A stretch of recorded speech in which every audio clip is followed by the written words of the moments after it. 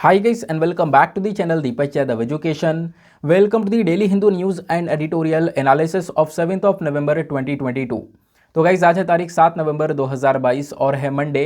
देखेंगे आज के द हिंदू कंप्लीट न्यूज़पेपर को एनालाइज करेंगे। बट लेक्चर में आगे बढ़ने से पहले अगर आप लोगों को इस लेक्चर का पीडीएफ चाहिए तो क्या करना है, सबसे पहले डाउनलोड करना है टेलीग्राम, देन उसके बाद जाके सर्च बॉक्स में टाइप करना Deepak Yadav education UPSC. As you can see guys आप लोग को ये वाला चैनल मिल जाएगा, इस पर क्लिक करना और जाकर इस चैनल को ज्वाइन कर लेना। देखो अगर आप लोग को इस तरीके से ये चैनल नहीं मिलता है तो नीचे डिस्क्रिप्शन बॉक्स में पीडीएफ लिंक के नाम से एक लिंक दिया गया है, जैसे आप उस पर क्लिक करोगे ये चैनल ऑटोमेटिकली ओपन हो जाएगा, इसको जाके ज्वाइन कर लेना। ज्वाइन करने से फ़ायदा क्या होगा, यहाँ पर डेली बेसिस पर लेक्चर का पीडीएफ मिल जाता है, डेली करंट अफेयर के वीडियो का पीडीएफ मिल जाता है और डेली बेसिस पर बहुत सारे डिजिटल नोट्स मिल जाते हैं। नाउ बढ़ते हैं आगे बढ़ने से पहले हमेशा की तरह हम लोग अपने लेक्चर को एक मैप के क्वेश्चन के साथ स्टार्ट करेंगे। तो आज आप सभी लोगों को मैप में जाकर देखना है मेघालय को, काफ़ी ज़्यादा चर्चा में है तो इसको अच्छे से मैप में देखना। देन उसके बाद आकर नीचे कमेंट सेक्शन में टाइप करना, जिससे कि आप लोग इसको लंबे समय तक याद रख पाओगे। साथ ही साथ एक क्वेश्चन सॉल्व करेंगे जो कि यूपीएससी प्रीवियस ईयर साल 2022 के प्रीलिम्स में पूछा गया था। डेली बेसिस पर हम लोग यहाँ पर एक प्रीवियस ईयर क्वेश्चन को भी सॉल्व करते हैं। क्वेश्चन क्या बोलता है, which one of the following lakes of West Africa has become dry and turned into a desert. नीचे ऑप्शन में आपको 4 झीलों के नाम दिए गए हैं, बताना यह है कि उनमें से कौन सी एक लेक, कौन सी एक ऐसी झील है जो कि वेस्ट अफ्रीका की है लेकिन वो सूख चुकी है और सूखने के बाद में वो एक रेगिस्तान के अंदर बदल चुकी है। ऑप्शन ए बोलता है lake Victoria, option B lake Faguibine, option C lake Oguta या फिर ऑप्शन डी लेक वोल्टा। तो इसका सही आंसर आप सभी को नीचे कमेंट सेक्शन में देना है। एटलीस्ट सभी को इसमें पार्टिसिपेट करना है, जैसे मैं आप लोगों से डेली बेसिस पर बोलता हूं। बाय द वे इसका जो करेक्ट आंसर है वो मैंने आपको टेलीग्राम पर प्रोवाइड करवा दिया है, वहां से भी चेकआउट कर सकते हो। और अगर वहां पर आंसर नहीं मिलता है तो भी कोई परेशान होने की ज़रूरत नहीं है, वीडियो के लास्ट में इसके करेक्ट आंसर का डिस्कशन हम लोग करेंगे। तो चलो शुभारंभ करते हैं और चलते हैं सबसे पहले फर्स्ट इंपॉर्टेंट आर्टिकल की तरफ। फर्स्ट इंपॉर्टेंट आर्टिकल, इस आर्टिकल को आप लोग जीएस पेपर नंबर 3 एनवायरमेंट से लिंक कर पाओगे। यहाँ पे क्या बात की जा रही है, Indian black Honey is a western Ghats discovery. देखो हुआ क्या है ना, मधुमक्खी की एक नई प्रजाति अभी पाई गई है भारत के अंदर, तो उस प्रजाति के बारे में थोड़ी सी चर्चा की गई है यहाँ पर, वो तो बताऊंगा ही, उसके साथ साथ कुछ और डिटेलिंग्स आपको प्रोवाइड करवाऊंगा। लेकिन हुआ यह है कि ये जो मधुमक्खी की प्रजाति है ये इंडिया में कहाँ पे डिस्कवर करी गई है, वेस्टर्न घाट्स में डिस्कवर करी गई है। तो पहला सवाल, वेस्टर्न घाट्स कहाँ पर हैं? तो इस वाली इमेज को देखो, जब आप लोग इंडिया के मैप को देखते हो ना, तो इंडिया के मैप को यहाँ पर नीचे से देखोगे तो ये तो हो गए आपके ईस्टर्न घाट्स, जो भी यहाँ पर मैं लाइन ड्रॉ कर रहा हूँ, और इधर वाले यहाँ पर हो गए वेस्टर्न घाट्स। क्योंकि ऑब्वियस सी बात है, सिंपल सी चीज़ आपको देखने को मिलेगी मैप में, जब हम लोग एरिया को डिवाइड करते हैं तो ऊपर हो गया नॉर्थ, नीचे हो गया साउथ, इधर हो गया वेस्ट और इधर हो गया ईस्ट। तो इंडिया के मैप में जब आप लोग देखोगे तो इस प्रकार से यहाँ पर आपको ये ईस्टर्न घाट्स देखने को मिल जाएंगे और इधर यहाँ पर आपको ये वेस्टर्न घाट्स देखने को मिल जाएंगे। तो ये मधुमक्खी की जो नई प्रजाति है वो कहाँ पे मिली है, वो इधर आपको वेस्टर्न घाट्स में देखने को मिल रही है। और खासकर वेस्टर्न घाट्स में सेंट्रल वाले रीजन से सदर्न वाले रीजन तक, इस पर्टिकुलर रीजन में आपको ये पूरी प्रजातियाँ देखने को मिल रही हैं। क्लियर हुई बात? अब आगे आते हैं। नाउ ये जो नई स्पीशी है ये वेस्टर्न घाट में पाई गई, ये हमने डिस्कस कर लिया है। अब पहली इंपॉर्टेंट चीज़ ये भी है कि इस स्पीशी का नाम क्या है। इसका नाम है एपिस करिंजोडियन। एपिस करिंजोडियन, ये इसका नाम लिखा हुआ है KARINJODIAN, ठीक है ना। तो एपिस करिंजोडियन इसका नाम है और ये बेसिकली यहाँ पर आप कह सकते हो इंडियन ब्लैक हनी भी है। और ये जो फाइंडिंग है ये अपने आप में काफ़ी इंपॉर्टेंट है। देखो इसके बारे में ऑलरेडी सारी जो इन्फॉर्मेशन है वो एंटोमेन करके यहाँ पर एक जर्नल है उसके अंदर मेंशन कर दी गई है। और पूरी रिसर्च टीम जिसने मिलकर यहाँ पर इस पर्टिकुलर प्रजाति की डिस्कवरी करी है, उस पूरी रिसर्च टीम के बारे में यहाँ पे बताया गया कि कौन कौन व्यक्ति थे, कौन कौन से कॉलेज से बिलोंग करते थे, उनका बैकग्राउंड क्या था। तो वो चीज़ आपके लिए इतनी रेलिवेंट है नहीं, लेकिन अब एक रेलिवेंट चीज़ यहाँ पर निकल कर आती है, ये वाला पॉइंट। देखो बहुत लंबे समय बाद हम लोगों को मधुमक्खी की एक नई प्रजाति मिली है। तो आप कहोगे बहुत लंबे समय, मतलब कितना लंबे समय हो गया होगा, लगभग 200 साल बाद। तो अपने आप में ये बहुत बड़ा गैप है। 200 साल पहले आज से लगभग यहाँ पे आप कह सकते हो कि 1798 की बात है। 1798 में एक नई प्रकार की प्रजाति मिली जिसका नाम था एपिस इंडिका। क्या नाम था? Apis indica. तो ये डिस्कवरी करी गई थी फैब्रिकस के थ्रू। कब? 1798 में। उसके बाद यहाँ पे बहुत लंबा समय हो चुका है जब से कोई भी यहाँ पे मधुमक्खी की प्रजाति नहीं मिली है। नाउ फाइनली अब यहाँ पे हम लोगों को एक नई प्रजाति मिल चुकी है जिसका नाम है एपिस करिंजोडियन, ठीक है ना। ये बात क्लियर हो गई। हालांकि इसके बारे में जानकारी हमारे पास में बहुत पहले से थी, हम लोग पिछले 3 साल से इसके ऊपर रिसर्च कर रहे थे और रिसर्च करने के बाद अब यहाँ पर हमारे पास में एक प्रॉपर इन्फॉर्मेशन मिली है। अब जैसा कि मैं ऑलरेडी आपको बता चुका हूं कि एपिस कैरोंजिडियन का जो डिस्ट्रीब्यूशन है यानी कहाँ पर ये आपको देखने को मिल रही है, तो वेस्टर्न घाट्स के सेंट्रल रीजन से आप जाओगे नीचे तक जाओगे सदर्न पार्ट तक, तो वहाँ पे नीलगिरीस देखने को मिलेगा। साथ ही साथ में आपका गोवा कवर हो जाएगा, कर्नाटका कवर हो जाएगा, केरला, तमिलनाडु, ये सारे स्टेट्स के अंदर ये वाली प्रजातियाँ देखने को मिल जाती हैं। ठीक है ना। तो ये तो हो गई यहाँ पर हमारे करंट इशू की चर्चा की आखिरकार करंट अफेयर में क्या है, क्या क्या यहाँ पर मेंशन किया गया है इस बी के बारे में, यानी कि मधुमक्खी के बारे में। अब करना क्या है, इसका बैकग्राउंड पढ़ना है, क्योंकि बैकग्राउंड बहुत ज़्यादा इंपॉर्टेंट हो जाता है आपके एग्जामिनेशन के लिए। लेकिन मैं आपको बता दूं कि स्पीशी का नाम भी पूछ लिया जाता है, तो एपिस कैरोंजिडियन करके यहाँ पर इसका नाम ज़रूर ध्यान रखना, क्योंकि मैं आपको बताऊं तो लास्ट टाइम जो प्लांट होती है ना, जो हमारे पेड़ होता है, उसकी एक नई प्रजाति मिली थी, उसको लेकर सवाल पूछा गया था। तो ऐसे सवाल बन सकते हैं। बाकी अब मैं जो बता रहा हूँ वो बहुत इंपॉर्टेंट है। सबसे पहली चीज़, जब आप लोग पूरे दुनिया को देखोगे, पूरे वर्ल्ड को देखोगे, तो पूरे दुनिया भर में लगभग 20,000 से ज़्यादा अलग अलग इन मधुमक्खियों की प्रजातियां पाई जाती हैं। उसके बाद एक और इम्पोर्टेंट चीज़ ये आती है कि जो मधुमक्खियां हैं ना, ये कॉलोनीज़ में रहना पसंद करती हैं, इकट्ठे झुंड में रहना पसंद करती हैं। और ये जो कॉलोनीज़ होती है, इन कॉलोनी के अंदर 3 प्रकार की मधुमक्खियाँ होती हैं। और वो 3 प्रकार की मधुमक्खियाँ कौन कौन सी होती हैं? एक तो होती है क्वीन बी, और एक होती है वर्क बी, और एक होती है ड्रोन बी। अब ये तीनों क्या क्या है मैं आपको समझाता हूँ। जो वर्कर बी और क्वीन बी है, ये दोनों तो यहाँ पर फीमेल हैं, और जो इधर ड्रोन बी होती है, जितने भी ड्रोन बी होते हैं ना, ये सारे के सारे मेल होते हैं। ठीक है ना। तो नाम ध्यान रखना, queen bee, worker bee female होती है, और ड्रोन बी यहाँ पर सारी की सारी मेल होती है।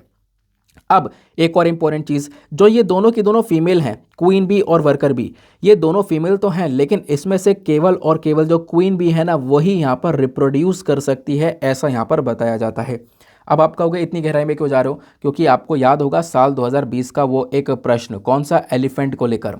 एलिफेंट के झुंड में कौन उसको लीड करता है, फीमेल लीड करती है, कौन लीड करता है, कितना जेस्टेशन पीरियड होता है, ऐसा सवाल आया था। तो यहाँ पर आप ऑब्वियसली जो तैयारी करोगे वो प्रीवियस ईयर पेपर्स को देखकर उसका एनालिसिस करने के बाद ही प्रिपरेशन कर पाओगे, है ना। तो प्रीवियस ईयर में इस प्रकार से सवाल पूछे गए हैं।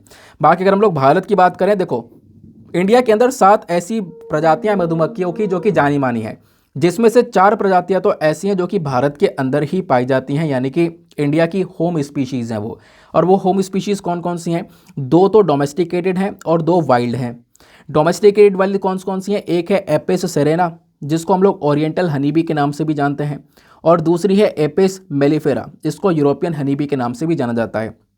और जो 2 वाइल्ड स्पीशी हैं वो कौन कौन सी हैं? जो जंगली स्पीशीज़ हैं वो उसमें आती है एक एपिस डोरसेटा, जिसको जाइंट रॉक हनीबी के नाम से भी जानते हैं, और एक है एपिस फ्लोरिया, जिसको ड्वार्फ हनीबी के नाम से भी जानते हैं। तो ये तो इंडिया की यहाँ पर खुद की 4 डोमेस्टिकेटेड बोल रहा हूँ कि यहाँ पर इंडिया के अंदर ये 4 देखने को मिलती है। इंडिया यहाँ पे घर है इन चारों की चारों हनीबीज़ का।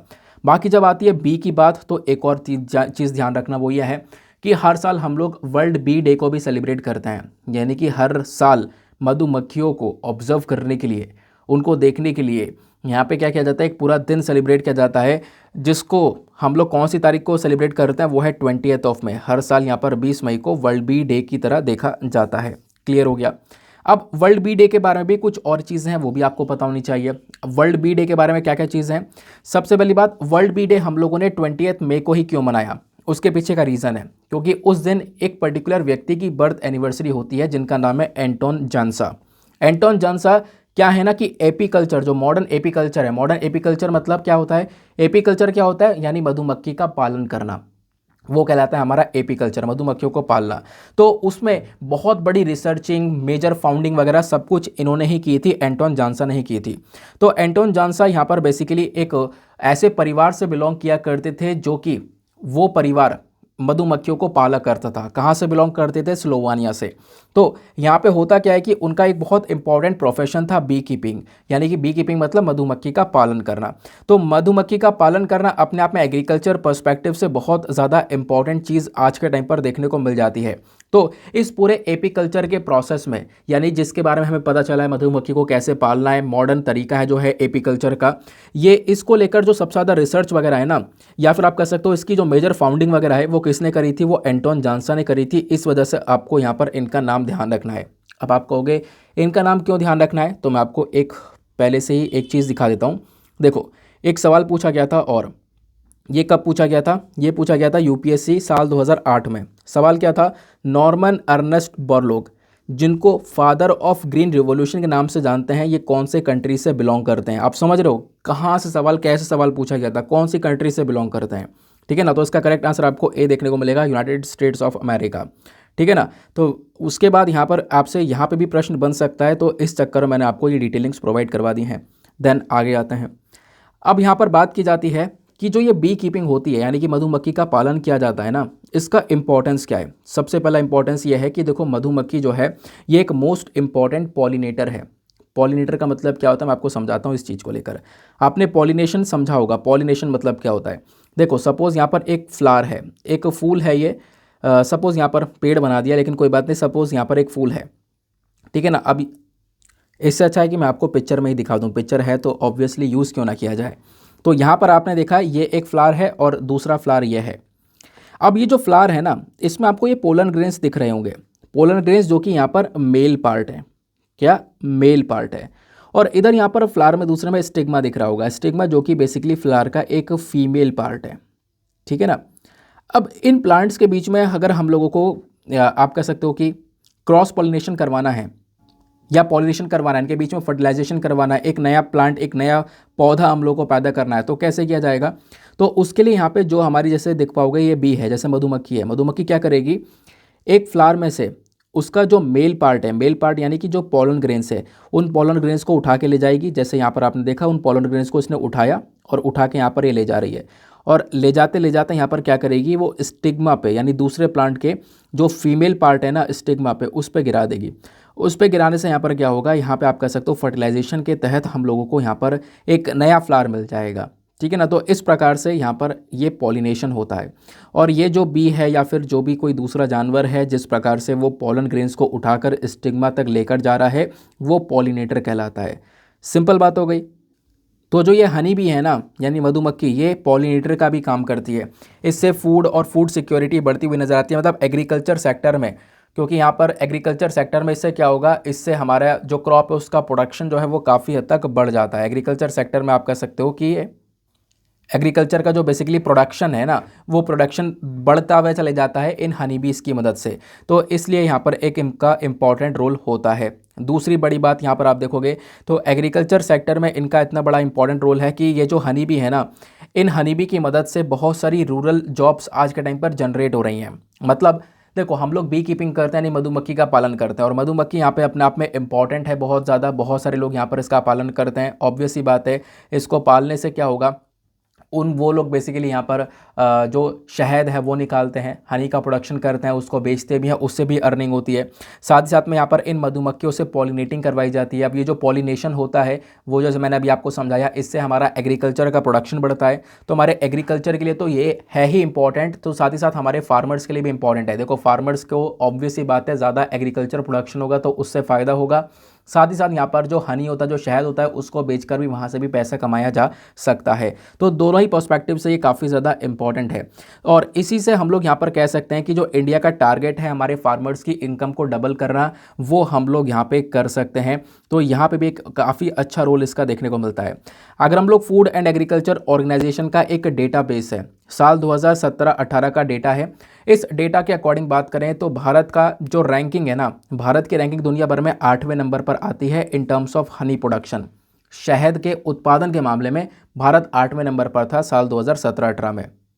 जबकि चाइना जो है ना, वो यहाँ पर टॉप पर था। चाइना के अंदर सबसे ज़्यादा प्रोडक्शन हुआ करता था, उसके बाद में भारत आता था, ये मैंने आपको बताया। तो यहाँ पे अब क्या हो सकता है कि ये जो मधुमक्खी है ना, इसका हम लोग अच्छे से इस्तेमाल कर कर इंडिया को एक टॉप पोजीशन पर लेकर आ सकते हैं। ये जो बीज हैं, ये काफ़ी एक इम्पॉर्टेंट कंट्रीब्यूटर की तरह काम कर सकती है हमारे फार्मर्स की इनकम को डबल करने के लिए। ये बात क्लियर हो गई, इतना आपको समझ में आया। अब उसके बाद एक और पॉइंट बचता है, एक लास्ट पॉइंट बचता है कि जो एपी कल्चर होता है, एपी कल्चर मतलब मधुमक्खी का पालन करना। ये जो एपी कल्चर है ना, इसका स्टेटस भारत के अंदर क्या है, कैसे कैसे यहाँ पर काम किया जा रहा है। देखो, दुनिया भर की अगर हम लोग बात करें, जो एपी कल्चर का मार्केट है वो लगातार ग्रो हो रहा है पूरे दुनिया भर में। 4.3% से हम लोगों ने ग्रोथ देखी है, ऐसा बताया गया। और आने वाले टाइम पर हम लोग एक्सपेक्ट कर रहे हैं कि साल 2020 से लेकर 2025 में एपीकल्चर का एक बहुत बड़ा दौर आने वाला है। जो इंडियन एपीकल्चर मार्केट साइज़ है ना, इंडिया का मार्केट साइज़ बता रहा हूँ, तो वो मार्केट साइज़ बेसिकली 2024 तक लगभग 33,128 मिलियन रुपीज़ का हो जाएगा, ऐसा यहाँ पर बोला गया। साल 2024 तक हम लोग एक्सपेंड करेंगे, इसको और ज़्यादा आगे बढ़ाएंगे, यानी कि इंडिया के एपीकल्चर मार्केट को आगे बढ़ाने की पूरी तरह से फोकस में रखा जा रहा है। और आज के समय पर भारत जो है ना, छठा major natural honey exporting country है, ध्यान रखना। यानी कि भारत आज के टाइम पर छठे नंबर पर आता है, जो कि सबसे ज़्यादा शहद को अलग अलग देशों में भेजता है या फिर उनको बेचता है। तो साल 2019-20 की अगर हम लोग बात करें तो हम लोगों ने कितना एक्सपोर्ट किया था? हम लोगों ने यहाँ पर लगभग 59,536.75 मेट्रिक टन के आसपास नेचुरल हनी को एक्सपोर्ट किया था, जो कि कितने रुपए का हो गया? 633 करोड़ रुपए तक का जो हनी है, जो शहद है, वो हम लोगों ने बाहर अलग अलग देशों में बेचा था साल 2019-20 में। और वो कौन कौन से देश आपको देखने को मिलेंगे? तो उसमें यूएसए, सऊदी अरेबिया, कनाडा और कतर, ये देश देखने को मिल जाता है जिनको ये बेचा गया। ठीक है ना। तो इसी सेक्टर को और ज़्यादा एक्सपेंड करने के लिए, और ज़्यादा बढ़ाने के लिए हम लोगों को यहाँ पे काम करना होगा इन हनी बीज के ऊपर। ठीक है ना। और उसके लिए अलग अलग इनिशिएटिव भी स्टार्ट करने होंगे, जबकि अलग अलग इनिशिएटिव ऑलरेडी स्टार्ट कर चुके हैं। देखो ना, यहाँ पे एक बात और ध्यान रखना, जब भी हनी बी की बात आती है ना, तो हनी बी से संबंधित एक इंपॉर्टेंट इनिशिएटिव है, वो है स्वीट रिवॉल्यूशन। जैसे ग्रीन रिवॉल्यूशन है, अभी मैंने आपको समझाया था, ग्रीन रिवॉल्यूशन के ऊपर सवाल पूछा गया, हरित क्रांति के फादर कौन थे? हरित क्रांति यहाँ पर आप कह सकते हो क्या है, हमारे एग्रीकल्चर सेक्टर के अंदर जो क्रांति आई है ना, उसके बारे में बात की जाती है। लेकिन जब हमारी बात आती है स्वीट रिवॉल्यूशन की, तो बेसिकली ये शहद से संबंधित है। और जब बात आती है वाइट रिवॉल्यूशन की, तो मिल्क से संबंधित है, डेयरी सेक्टर से संबंधित है ना। तो स्वीट रिवॉल्यूशन की अगर हम लोग बात करें तो अपने आप में हमारी सरकार का एक इंपॉर्टेंट इनिशिएटिव है। और हम लोग यहाँ पर फोकस करते हैं बी कीपिंग के ऊपर, यानी कि मधुमक्खी के पालन के ऊपर। मधुमक्खी को पाला जाता है, फिर उसी से शहद का प्रोडक्शन किया जाता है, उसको एक्सपोर्ट भी किया जाता है, वहाँ से भी हम लोग अपनी अर्निंग करते हैं। और स्वीट रिवॉल्यूशन को और ज़्यादा बढ़ाने के लिए हमारी सरकार ने क्या किया? एक मिशन को लॉन्च किया था साल 2020 में, उसका नाम है national beekeeping and honey mission, जो कि ministry of agriculture and farmers welfare के अंडर में आता है। क्लियर हो गई बात। और इस मिशन के तहत हमारा मकसद यह है कि हम अपने देश में अलग अलग लेबोरेटरीज़ को बना लें, यानी कि आप कह सकते हो कि जो बी प्रोडक्ट्स टेस्टिंग लेबोरेटरीज़ होती हैं, यानी कि हनी बी जो भी प्रोड्यूस कर रही है, हनी यानी शहद दे रही है हम लोगों को, तो उस शहद को टेस्ट करने के लिए जो लेबोरेटरीज़ होती हैं उसको भी यहाँ पर बढ़ाने का हमने बहुत ज़्यादा टारगेट रख रखा है ना। अलग अलग रीजनल लेबोरेटरीज़ बना रहे हैं, 100 छोटी छोटी लेबोरेटरीज़ को बनाया जा रहा है। ये हमारा टारगेट है, जहाँ पे हम लोग शहद की टेस्टिंग प्रॉपरली करा करेंगे। ठीक है ना। इसके लिए यहाँ पर एक दूसरा इनिशिएटिव ये भी है कि इंडिया ने ऑलरेडी बहुत सारा असिस्टेंस प्रोवाइड करवा दिया है, बहुत सारा सपोर्ट प्रोवाइड करवा दिया है, ताकि हम लोग अपने कंट्री में हनी के प्रोडक्शन को बढ़ा सकें। ठीक है ना, ये बात क्लियर हो गई। तो ऐसे पूरा आर्टिकल कवर किया हम लोगों ने। बीच में कहाँ से सवाल बन सकता है मैंने आपको वो बताया। अब एक और चीज़ दिखाता हूँ। अभी मैंने आपको पॉलिनेशन समझाया था कि पॉलिनेशन क्या होता है, उसको लेकर एक सवाल बना था साल 2012 में। सवाल क्या था? Consider the following kind of organisms. यहाँ पर आपको 3 नाम दिए गए हैं, बैट यानी चमगादड़, बी यानी कि मधुमक्खी, और बर्ड मतलब कि चिड़िया जो है, इन तीनों के नाम दिए गए। पूछा यह गया इन तीनों में से कौन सा ऐसा एनिमल देखने को मिल जाएगा जो कि पॉलिनेटिंग एजेंट है, यानी कि वो पॉलिनेशन करवाता है, पॉलिनेशन करता है। कौन सा आपको एक ऐसा एजेंट देखने को मिलेगा तीनों में? तो इसका वैसे सही आंसर है तीनों के तीनों देखने को मिलता है। ऑप्शन डी इसका करेक्ट आंसर है। पॉलिनेशन का मतलब मैं आपको बता ही चुका हूँ। पॉलिनेशन मतलब होता है कि जो हमारे प्लांट का मेल पार्ट होता है वहाँ से पोलन ग्रेन्स को उठाकर प्लांट के फीमेल पार्ट तक ट्रांसफ़र कर देना, ताकि उस प्लांट का फर्टिलाइजेशन हो, सीड्स का प्रोडक्शन हो। और ये काम किया जाता है ज़्यादातर एनिमल के थ्रू, जानवर के थ्रू, या फिर हवा के थ्रू भी ये काम हो जाता है, लेकिन ज़्यादातर यहाँ पर जानवर ही करते हैं। तो इसके अंदर यहाँ पे बर्ड्स, बीज और जो बैट्स है, इसके थ्रू यहाँ पर होता है। तो तीनों के तीनों आपको करेक्ट आंसर देखने को मिल जाते हैं। ठीक है ना। तो डी इसका सही आंसर हो जाएगा। तो बाकी यहाँ पर 2008 वाला प्रश्न मैं आपके साथ में डिस्कस कर ही चुका हूँ, ग्रीन रिवॉल्यूशन से संबंधित। अभी यहाँ पर ऐसे ही मैं काफ़ी सारे और प्रश्न लेकर आ सकता हूँ, जैसे कि एलिफेंट वाला मैंने आपको सवाल बताया, वो पूछा गया था, वो सवाल भी ऐड कर सकता था, या और भी सवाल इसमें ऐड कर सकता था। तो मतलब आर्टिकल बहुत इंपॉर्टेंट था, इस वजह से थोड़ा सा टाइम लगा, लेकिन बहुत डिटेल में हमने डिस्कस किया कि कोई भी सवाल आएगा तो छूटेगा नहीं। अगले आर्टिकल पर आते हैं। लेकिन यार आगे बढ़ने से पहले एक छोटा सा सवाल आप लोगों से है जैसे मैंने आप लोग को पॉलिनेशन समझाया ना, तो पॉलिनेशन में आप लोग खुद से अब एक चीज़ पढ़ना, वैसे तो पता होगा, मैंने पहले पढ़ा भी रखा है। एक होता है सेल्फ पॉलिनेशन और एक होता है क्रॉस पॉलिनेशन। तो सेल्फ पॉलिनेशन और क्रॉस पॉलिनेशन में क्या डिफरेंस है, इसके बारे में आपको नीचे कमेंट सेक्शन में सभी लोगों को बताना है। लेकिन आगे बढ़ने से पहले मेक श्योर करना कि वीडियो पे जो लाइक का बटन है उसको आप लोग प्रेस कर दो। एक छोटा सा टारगेट है 5K प्लस लाइक्स का, जिसको आप लोग अचीव करवा सकते हो। साथ ही साथ में मेरे साथ में इंस्टाग्राम पे कनेक्ट हो सकते हो। इंस्टाग्राम पे जाना, सर्च बॉक्स में टाइप करना दीपक यादव एजुकेशन, आपको ये वाला प्रोफाइल मिलेगा। यहाँ पे आप मेरे साथ में पर्सनली कनेक्ट कर पाओगे। साथ ही साथ में एक और छोटी सी बात, वो यह है कि हमेशा मैंने आप लोगों से बोला है कि जो भी आपसे क्वेश्चंस पूछे जाएं, जो भी प्रश्न पूछे जाएं, उसका आंसर आप सभी को नीचे कमेंट सेक्शन में देना है। तो ज़्यादा से ज़्यादा फोकस क्या करो कि मैं कमेंट के अंदर पार्टिसिपेट करूं और वहां पर एक्टिवेट रहूं, जिससे कि बहुत सारे लोगों के साथ में एंगेजमेंट बढ़ता है, पता चलता है कि हाँ कौन कौन रेगुलर बेसिस पर कनेक्टेड है और रेगुलर बेसिस पर क्वेश्चन के आंसर दे रहा है ना। उसका यहाँ पर आता है अगला आर्टिकल। इसको भी आप लोग जीएस पेपर नंबर 3 एनवायरमेंट से लिंक कर पाओगे। आर्टिकल क्या बोलता है, camera trap renew hope for snow leopard in Kashmir. देखो, कैमरे की जो ट्रैपिंग होती है ना, कैमरे से हम लोग ट्रैप कर करके पता लगा पाते हैं कितने यहाँ पर टाइगर्स हैं, कितने लायंस हैं, कितने लेपर्ड हैं। इसके बारे में काफ़ी सारी चीज़ें हम लोग को पता चलती हैं, लेकिन वो कैमरे से रिकॉर्ड करके उनकी ट्रैपिंग वगैरह करते हैं तब पता चलती है। तो उस कैमरा ट्रैप की वजह से यहाँ पर आप कह सकते हो कि हमारे पास में एक नई आशा जग चुकी है, और उस आशा में बताया जा रहा है कि पॉसिबिलिटी है कि जो लेपर्ड है ना, वो आपको कश्मीर में देखने को मिल सकता है। अभी क्या है डिटेलिंग है, मैं आपको समझाता हूँ। देखो, अभी क्या हुआ, स्नो लेपर्ड की जो पहली रिकॉर्डिंग है वो देखने को मिली है। अब ये स्नो लेपर्ड कहाँ पर रिकॉर्ड किया गया है, ये रिकॉर्ड किया गया बलतल जोजिला रेंज के अंदर में। तो यहाँ पे थोड़ा बहुत यहाँ पर इसके बारे में पता चला, और इसी की चक्कर में हम लोगों के अंदर एक आशा जगी कि हाँ, अब पता ये चलता है कि कहीं ना कहीं ये जो स्नो लेपर्ड है वो कश्मीर वाले रीजन में होगा। वैसे यहाँ पर बताया ये जाता है कि स्नो लेपर्ड की अच्छी खासी संख्या अभी जम्मू एंड कश्मीर में पाई जाती है, खासकर जम्मू के अंदर भी देखने को मिलेंगे। तो कितनी पॉपुलेशन, लगभग 50 के आसपास यहाँ पर ये snow leopard Jammu and Kashmir में देखने को मिलेंगे।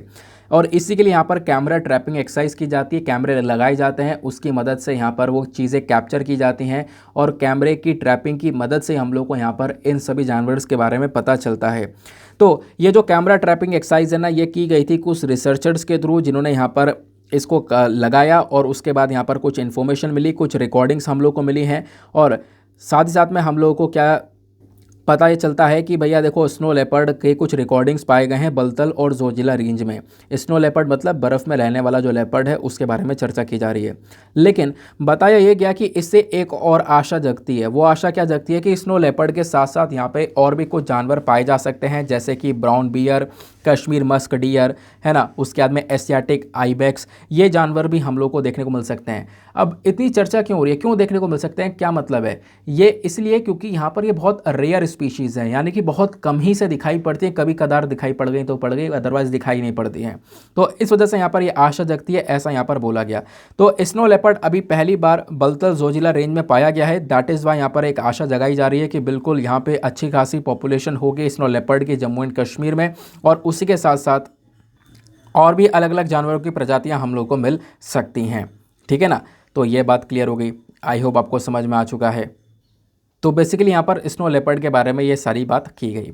करना क्या क्या, ये आर्टिकल इनफ होगा? नहीं, आर्टिकल से आपसे एक चीज़ भी नहीं पूछी जाएगी, कुछ भी नहीं पूछा जाएगा। ये तो करंट इशू था, करंट अफेयर में क्यों है ये मैंने आपको बता दिया। करना क्या है, आपको स्नो लेपर्ड के बारे में जानना है, इसका IUCN स्टेटस, प्रोटेक्शन स्टेटस क्या है ना, वाइल्ड लाइफ प्रोटेक्शन एक्ट में इसको कहाँ पे रखा गया है। तो ये चीज़ आपके लिए बहुत ज़्यादा इंपॉर्टेंट होती है, क्योंकि यहीं से सवाल पहले भी बहुत सारे बने हैं। तो स्नो लेपर्ड का अगर हम लोग साइंटिफिक नाम देखें तो इसका नाम है पैंथेरा उनकिया। एक टॉप प्रीडेटर है, यहाँ पर आप कह सकते हो कि बर्फ़ के अंदर, बर्फ़ वाले एरिया में पाया जाता है, और वहाँ पर एक टॉप प्रीडेटर का काम करता है, मतलब जो बाकी इससे छोटे जानवर हैं उनको खाने का ये काम करता है, उनकी पॉपुलेशन को कंट्रोल करने का ये काम करता है माउंटेनियस रीजन में। अब कहाँ कबर पाया जाता है, तो खासकर ऑब्वियस सी बात है, स्नो लेपर्ड नाम है, बर्फ़ में पाया जाएगा, तो खासकर माउंटेनियस रीजन में जो पहाड़ी इलाके होंगे वहाँ पर देखने को मिलेगा। खासकर सेंट्रल और सदर्न एशिया के अंदर जो पहाड़ी इलाके हैं वहाँ पर पाया जाता है। और इंडिया में बात करें तो इंडिया में जो हमारे वेस्टर्न हिमालयाज़ हो गए, जम्मू एंड कश्मीर हो गया, हिमाचल प्रदेश हो गया, यहाँ पर आपको इसकी प्रजाति देखने को मिलेगी। ईस्टर्न हिमालयाज़ की बात करें तो यहाँ पर उत्तराखंड, सिक्किम और अरुणाचल प्रदेश हो गया। यानी वेस्टर्न हिमालयाज़ में ये जगह हो गई, ईस्टर्न हिमालयाज़ में ये जगह हो गई। ये सभी एरियाज़ के अंदर स्नो लेपर्ड पाया जाता है। बाकी स्नो लेपर्ड जो है ना, ये बेसिकली सबसे ज़्यादा कहाँ पर देखने को मिलेगा? लद्दाख के अंदर हेमिस में। इस वजह से हेमिस को snow leopard capital of the world भी बोला जाता है। तो हेमिस के अंदर सबसे ज़्यादा पाया जाता है। तो हेमिस नेशनल पार्क जो है ना, ये अभी तक का एक सबसे बड़ा नेशनल पार्क है इंडिया के अंदर, और यहीं पर हम लोग अनुमान लगाते हैं कि अच्छी खासी मात्रा में स्नो लेपर्ड देखने को मिलता है। अब स्नो लेपर्ड के प्रोटेक्शन स्टेटस के बारे में अगर हम डिस्कशन करें तो इसको बेसिकली IUCN के अंदर वल्नरेबल कैटेगरी में रखा गया है। वल्नरेबल कैटेगरी के अंदर मतलब इसकी संख्या काफ़ी ज़्यादा खतरे में है, इसको बचाने की ज़रूरत है। अगर इसकी हंटिंग होती रहेगी, इसको ख़त्म करते रहेंगे तो इससे क्या होगा, आने वाले टाइम पर ये प्रजाति पूरी तरह से विलुप्त हो जाएगी। तो IUCN के अंदर इसको वल्नरेबल कैटेगरी में रखा गया है। बाकी यहाँ पर जो हमारा साइट्स होता है, साइट्स मतलब convention on international trade off endangered species, तो साइट्स के अंदर इसको अपेंडिक्स 1 में रखा गया है। अपेंडिक्स 1 में रखने का मतलब है कि जो अंतर्राष्ट्रीय व्यापार होता है, इंटरनेशनल जो ट्रेड होता है ना, उसको मतलब इस स्नो लेपर्ड का इंटरनेशनल ट्रेड रोकता है ये। मतलब कि होता नहीं है कि यहाँ पर जानवरों का इंटरनेशनल ट्रेड होता है, व्यापार होता है, तो उस व्यापार को आप नहीं कर सकते, ऐसा यहाँ पर आप कह सकते हो। तो साइट्स के अंदर अपेंडिक्स 1 में रखा गया है ताकि यहाँ पे आप कह सकते हो इसके व्यापार के ऊपर रोक टोक लगी हुई, आप इंटरनेशनल ट्रेड इसका नहीं कर सकते हो। क्लियर हो गया। बाकी यहाँ पे अगर हम बात करें तो आप देखोगे वाइल्ड लाइफ प्रोटेक्शन एक्ट के अंदर, तो वाइल्ड लाइफ प्रोटेक्शन एक्ट में इसको शेड्यूल 1 में रखा गया है, मतलब इसको हाई प्रोटेक्शन दी गई है। इनफैक्ट अगर कोई इसकी हंटिंग करता है, शिकार करता है, तो फिर क्या होगा, उसके ऊपर हाई पेनल्टी चार्ज की जा सकती है। अब आती है एक इम्पॉर्टेंट बात कि अगर इतनी ही ज़्यादा यहाँ पर आप कह सकते हो ये प्रजाति खतरे में है, तो क्या कुछ बचाने के लिए हम लोगों ने एफर्ट्स वगैरह नहीं लगाए? तो बहुत सारे कंजर्वेशन एफर्ट्स लगाए गए हैं। हमारी सरकार ने काफ़ी सारे एफर्ट्स स्टार्ट करे हुए हैं, मैं आपको समझाता हूँ। जैसे कि एक प्रोग्राम हम लोगों ने चला रखा है, global snow leopard and ecosystem protection programme. 2013 से ये वाला जो प्रोग्राम है वो चल रहा है, इंडिया भी यहाँ पर इसका हिस्सा है। फिर उसके बाद में आप कह सकते हो कि हिमल संरक्षण बेसिकली यहाँ पर एक कम्युनिटी वॉलंटियर प्रोग्राम है। ये लोग यहाँ पर बात करते हैं स्नो लेपर्ड को बचाने की। अब इसको हम लोगों ने लॉन्च किया था साल 2020 में, अक्टूबर के मंथ में। फिर उसके बाद में साल 2019 में पहला नेशनल प्रोटोकॉल को भी लॉन्च किया गया था स्नो लेपर्ड की पॉपुलेशन को लेकर, ठीक है ना, जिससे कि हम लोग यहाँ पर इसकी पॉपुलेशन का पता लगा सकते थे। तो ये चीज़ें यहाँ पर आप कह सकते हो एज अ एफर्ट स्टार्ट करी गई थी ताकि हम इसकी प्रजाति को आप कह सकते हो कंट्रोल कर सकें, या फिर इसको हम लोग बचा सकें, इसको एक प्रोटेक्शन प्रोवाइड करवा सकें, बेसिकली आप ऐसा कह सकते हो, ठीक है ना। तो ये आर्टिकल काफ़ी रेलिवेंट था। फिर उसके बाद यहाँ पर एक और छोटा सा आर्टिकल आता है, ये वाला। इसके अंदर कुछ इंपॉर्टेंट चीज़ें हैं, और वो इंपॉर्टेंट चीज़ें इतनी इंपॉर्टेंट है कि पहले काफ़ी सारे सवाल बने हुए हैं। बात की गई है ANSI। अब ANSI का मतलब क्या है, पहले मैं आपको वो बताता हूँ, फिर आगे की कहानी बताऊँगा। ANSI का मतलब है एंथ्रोपोलॉजिकल सर्वे ऑफ इंडिया। इन्होंने क्या किया, जो बहुत सारे ट्राइबल हैं, आपको पता होगा बहुत सारी अलग अलग ट्राइब्स रहती हैं, अलग अलग इंडियन ट्राइब्स, इंडिया के अंदर अलग अलग प्रकार की ट्राइब्स आपको देखने को मिलती हैं। तो अभी यहाँ पे क्या हुआ, इस पर्टिकुलर बॉडी ने एक ट्राइब होती है जिसका नाम है जरावा ट्राइब, जरावा बोल रहा हूँ, जरावा ट्राइब, ठीक है ना। तो जरावा ट्राइब है, बहुत पुरानी ट्राइब है। अभी जरावा ट्राइब के अंदर बहुत ही कम लोग देखने को मिलेंगे, जो कि यहाँ पर ऑफिशियल रिपोर्ट्स बताती हैं। अदरवाइज़ यहाँ पर इस ट्राइब के अंदर अब ज़्यादा कोई लोग बचे नहीं हैं। तो ये जरावा ट्राइब इस प्रकार से यहाँ पर हट वगैरह बना के रहा करती थी, जैसा आप लोग देख पा रहे होंगे। यहाँ पर जो लोग हैं ना, ये क्या कर रहे हैं, ये जो विजिटर्स हैं ये सब पहुँचे हैं निकोबार में, निकोबारीज ट्राइबल एरिया में। यहाँ पर इस प्रकार से हट देखने को मिल रहे हैं। इस हट को बनाया गया पतली पतली जो स्टेम होती हैं उनका इस्तेमाल कर और इसके ऊपर बहुत घनी तरीके से घासें वगैरह, घास जो होती है वो लगा रखी हैं। तो इस प्रकार की हट यहाँ पर बनाई गई हैं। तो हमारा जो ANSI है ना, वो क्या कर रहा है, वो इन हट को वापस से बना रहा है, इनकी डुप्लीकेट बना रहा है, ताकि हम लोग क्या कर सकें, उनके कल्चर को प्रमोट कर सकें, उनके बारे में पता चल सके। खासकर यहाँ पर जो वो ट्राइब्स हैं ना, उनका जो हेरिटेज है, उनकी जो विरासतें हैं, उनको हम प्रमोट कर सकें, उनको बचा सकें, क्योंकि वो ट्राइब्स आज के समय पर बहुत कम बची हैं, ख़त्म हो गई हैं। तो बेसिकली यहाँ पर उनकी जो निशानियाँ हैं उसको हम लोग एक प्रोटेक्शन प्रोवाइड करवा सकें। इसीलिए यहाँ पर क्या हो रहा है कि जो ANSI है वो इसी प्रकार की कुछ डुप्लीकेट हट्स को वहीं पर बना रही है, ठीक है ना। आई होप आपको क्लियर हो गया। तो ये जो हट्स है ना, ये कौन सी ट्राइब को बिलोंग करती हैं, वो जरावा ट्राइब को बिलोंग करती हैं, जैसा कि मैंने अभी आप लोगों को स्टार्टिंग में बताया। फिर उसके बाद में मेंशन किया जा रहा है कि देखो ये बेसिकली यहाँ पर निकोबारीज हट कहलाती हैं। यहाँ पर स्टैम्प्स वगैरह का इस्तेमाल किया गया है, घासों का इस्तेमाल किया गया है। यहाँ पे जो ट्राइबल कम्युनिटीज़ हैं वो रहा करती थी, बट अब यहाँ पे आने वाले समय पर इस प्रकार से आप देख नहीं पाओगे इन हटों को। दैट इज़ वाई यहाँ पर इन हटों को वापस से बनाया जा रहा है। खासकर जैसे यहाँ पे जवारा ट्राइब हो गया और ये जरावा ट्राइब हो गया और ये सारी ट्राइब्स हो गई, ये सब यहाँ पर पीवीटीजीज वाली ट्राइब्स यानी कि particularly vulnerable tribal groups. PVTG tribe वो ट्राइब है जिनकी संख्या ऑलरेडी बहुत ज़्यादा कम है ना। इसके अंदर कितने ट्राइबल ग्रुप्स आते हैं ज़रा नीचे कमेंट सेक्शन में फटाफट इसको लिख दो, है ना। अब जैसे ही कदम उठाया गया तो इस चीज़ को देखते हुए हमारे पीएम मोदी तारीफ़ भी करते हैं कि हाँ बिल्कुल हम लोग यहाँ पर सही कर रहे हैं। एक बहुत मतलब आप कह सकते हो कि पीएम मोदी ने तारीफ़ करते हुए बोला है कि बिल्कुल इन्हीं के बारे में एक अवेयरनेस होनी बहुत ज़्यादा ज़रूरी है, और ख़ासकर जो ट्राइबल कल्चर है ना उसको प्रोटेक्ट करना हमारे लिए बहुत ज़्यादा ज़रूरी है, और इसी प्रकार से हम लोग यहाँ पर एक प्रोटेक्शन प्रोवाइड करवा सकते हैं। अब इस कल्चर के वजह से यहाँ पर दूसरे लोग यहाँ पर इनके बारे में जान सकेंगे। ऐसा नहीं होगा कि उनको भुला दिया जाएगा, ये चीज़ें ऐसी होंगी जो कि उनको बार बार यहाँ पर याद दिलाएंगी, ठीक है ना, उनके हेरिटेज को, उनकी विरासतों को यहाँ पर एक प्रोटेक्शन देंगी।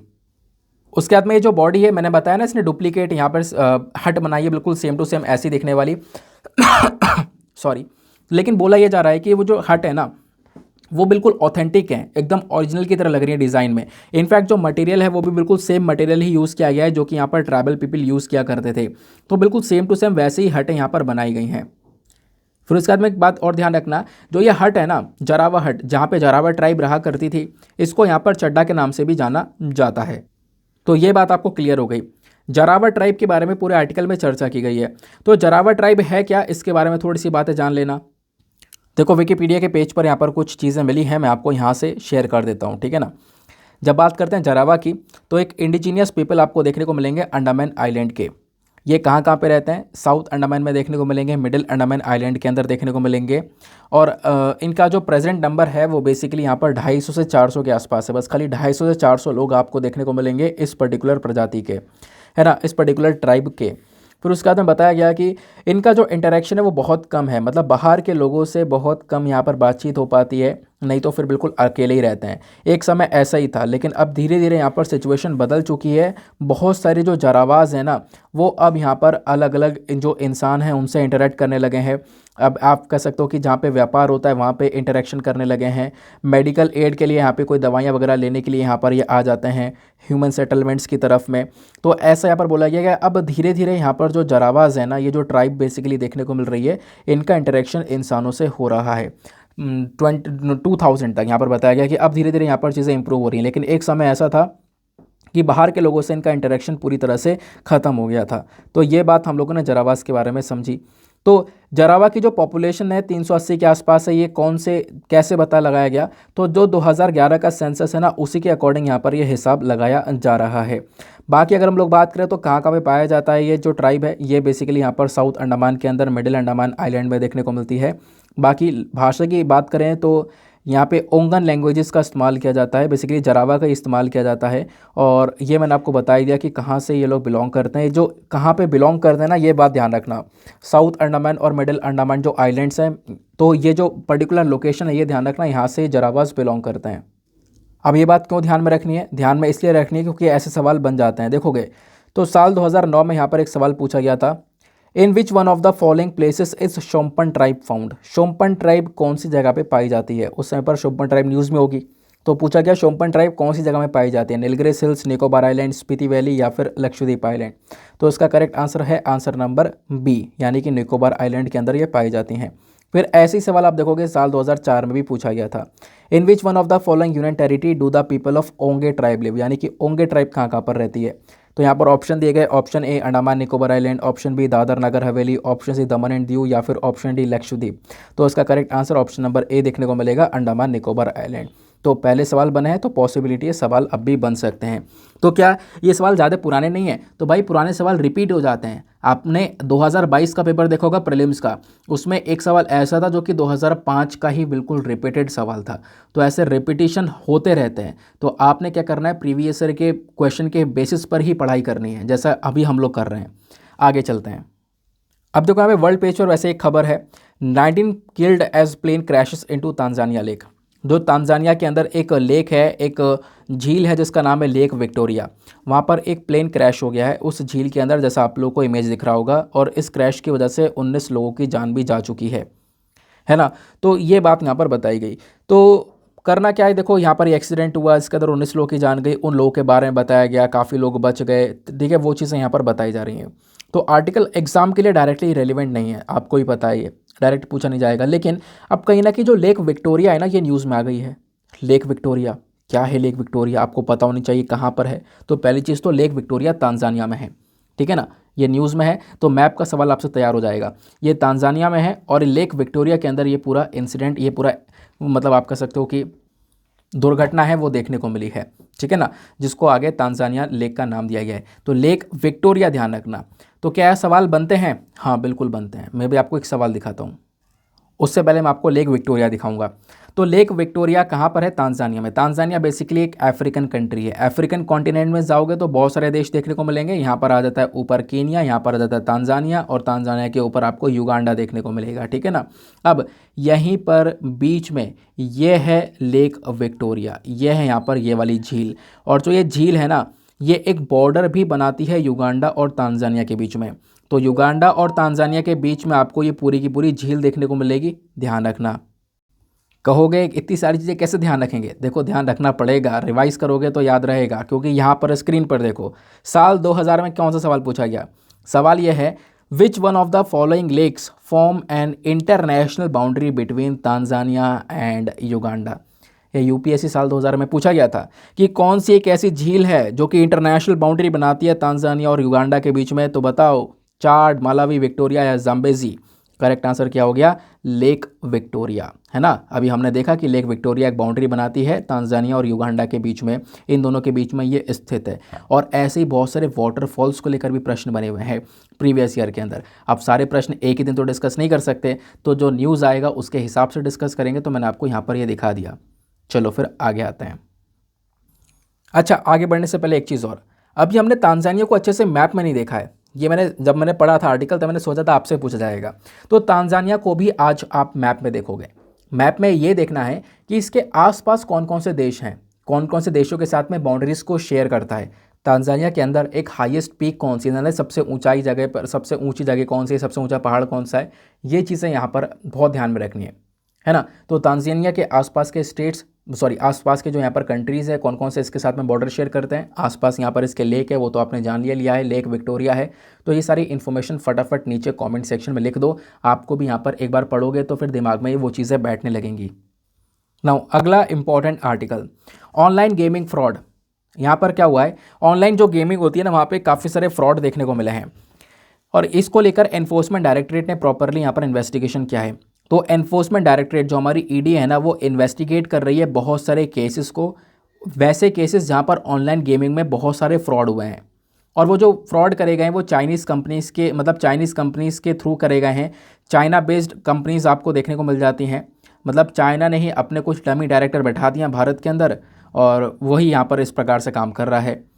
और बेसिकली यहाँ पर दो कंपनी के नाम निकल कर आ रहे हैं। एक का नाम है लिंकी उन टेक्नोलॉजी प्राइवेट लिमिटेड, एक का नाम है डॉकी पे टेक्नोलॉजी प्राइवेट लिमिटेड। ये दोनों कंपनीज ऐसी कंपनी जिन्होंने लोगों को चूना लगाया है, गेम बेच के यूज़र को चूना लगाया है, और इनसे लगभग 1146 करोड़ रुपए का चूना लगाया गया है लोगों को ड्यूप किया गया है इन कंपनीज़ के थ्रू। ये ऑनलाइन गेमिंग कंपनीज़ हैं, ये बातें यहाँ पर बताई गई। तो ये इस प्रकार से आज के समय पर गेमिंग में हो रहा है। क्यों? गेमिंग के अंदर सब्सक्रिप्शन ले लिए जाते हैं, मतलब सब्सक्रिप्शन मांगे जाते हैं, बहुत सारा पैसा अलग अलग तरीके से मांगा जाता है ना, और फ्रॉड तरीके से वो सब पैसा मांगा जा रहा है, जो कि यहाँ पर आप कह सकते हो कि आगे गलत तरीके से इस्तेमाल होगा। तो इसको लेकर एनफोर्समेंट डायरेक्टरेट ने एक प्रॉपर इन्वेस्टिगेशन किया। इन्वेस्टिगेशन के दौरान पता लगा कि भाई हज़ारों करोड़ रुपए का चूना लोगों को लगाया जा रहा है, उनसे पैसा खींचा जा रहा है इस ऑनलाइन गेमिंग के दौर के अंदर, ठीक है ना, जिसमें चाइना का एक बहुत बड़ा लिंक यहाँ पर पाया गया है। ये बात क्लियर हुई।